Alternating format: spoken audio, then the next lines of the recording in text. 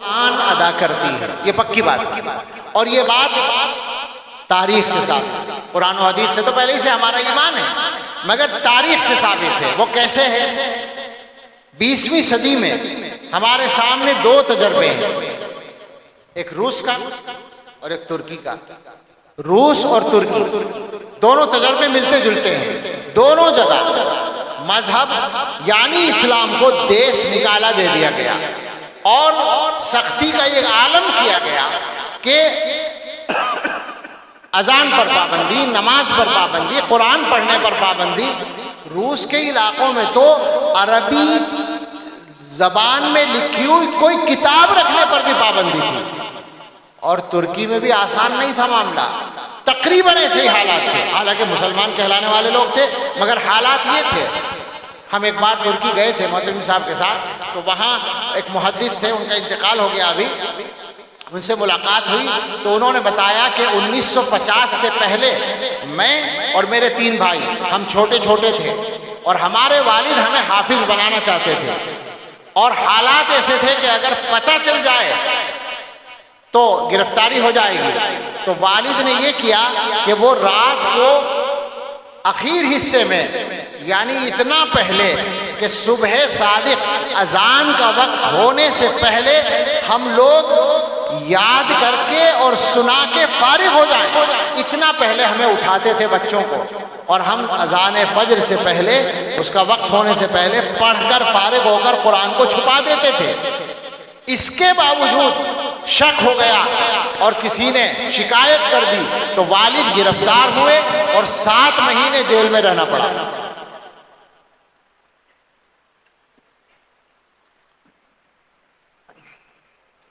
یہ انہوں نے اپنا واقعہ سنایا، وہیں جامع فاتح کے قریب رہتے تھے، میں ابھی نام بھول گیا ان کا، علامہ زاہد کوثری کے شاگرد تھے وہ، جی شیخ امین ان کے نام میں لگتا تھا۔ تو خیر یہ حالات تھے دونوں جگہ، لیکن جب وہ جبر کا نظام ختم ہوا اور گویا آزادی آئی، روس کے علاقوں میں 1991 میں آزادی آئی، مسلم ممالک آزاد ہوئے، اب جو مردم شماری ہوئی، اس پر غور کریں ذرا، مردم شماری ہوئی تو معلوم ہوا کسی ملک میں 99% مسلمان ہیں، کسی میں 93 ہے، کسی میں 96 ہے۔ اللہ اکبر، کہاں سے آ گئے یہ مسلمان؟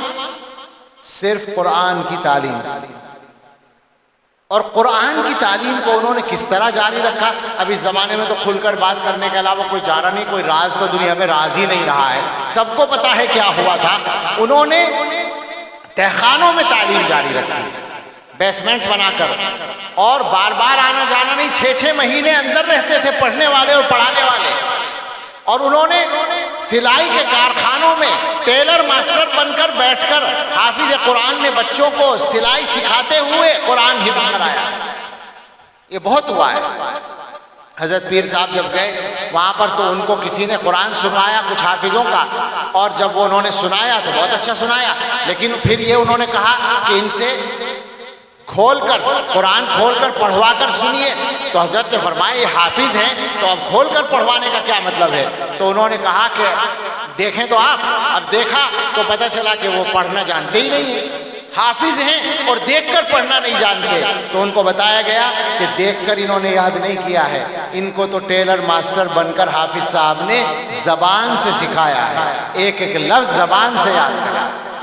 عجیب و غریب قربانیاں دی ہیں وہاں کے علماء نے، بسوں میں اور ٹرینوں میں سیٹیں بک کرا لی، صبح کو گئے اور شام کو واپس آئے، ٹرینوں میں مدرسے چلائے، ٹرینوں میں دین کی تعلیم جاری رکھی۔ بہرحال قرآن کی تعلیم جاری رہی تو ایمان بچا رہا۔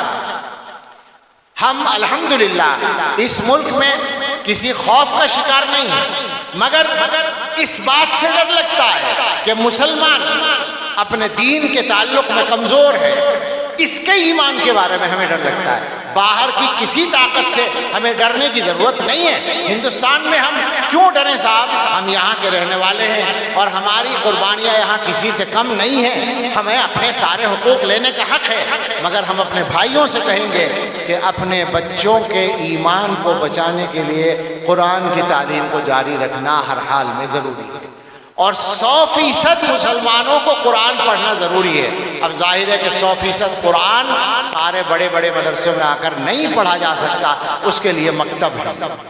ماشاءاللہ مولانا کی نگرانی میں مولانا ابو صالح اور حضرت مولانا عبدالصمد صاحب دامت برکاتہم کی کے انتظام اور نگرانی میں جو مدرسے چل رہے، کتنے مکتب ہیں؟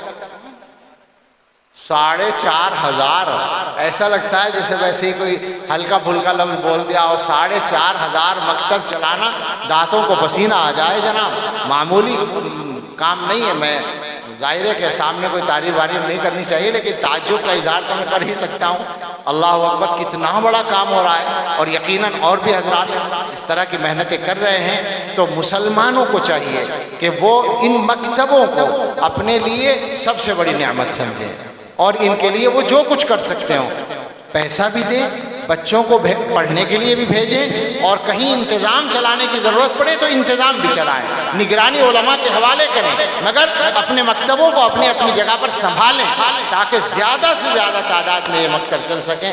حقیقت میں ایمان کی حفاظت کا انتظام وہیں سے ہوتا ہے، اور آگے پھر علوم نبوت کی میراث تقسیم ہوتی ہے۔ اللہ رب العزت اپنے فضل سے ان سبھی اداروں کو، مکتبوں اور مدرسوں کو قیامت تک جاری و ساری رکھے، باقی رکھے، ترقی عطا فرمائے، آمین۔ وآخر دعوانا الحمدللہ رب العالمین۔